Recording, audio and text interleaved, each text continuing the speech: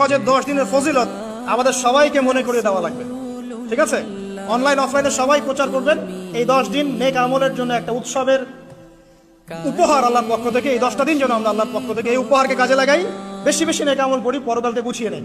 তারপর ইনশাআল্লাহ আল্লাহ পাক এরকম কিছু অকেশন সৃষ্টি করে দিয়েছে, এমন কিছু উৎসব আল্লাহ পাক সৃষ্টি করে দিয়েছেন যেখানে মানুষ আমল গুছিয়ে আবারও আল্লাহর পথে ফিরে আসতে পারে। আমার কথা কি বোঝা হচ্ছে?